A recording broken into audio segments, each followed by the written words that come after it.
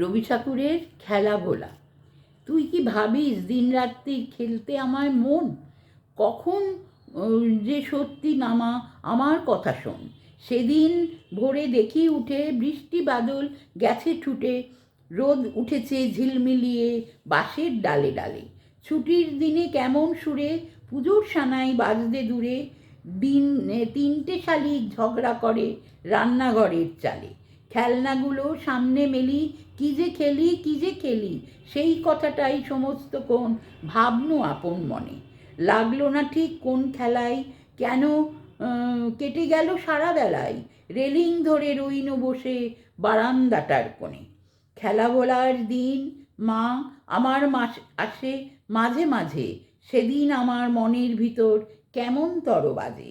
শীতের বেলায় দুই পহরে দূরে কাদের ছাদের পরে ছোট্ট মেয়ে রোদ্দুরে দেয় বেগুনি রঙের শাড়ি।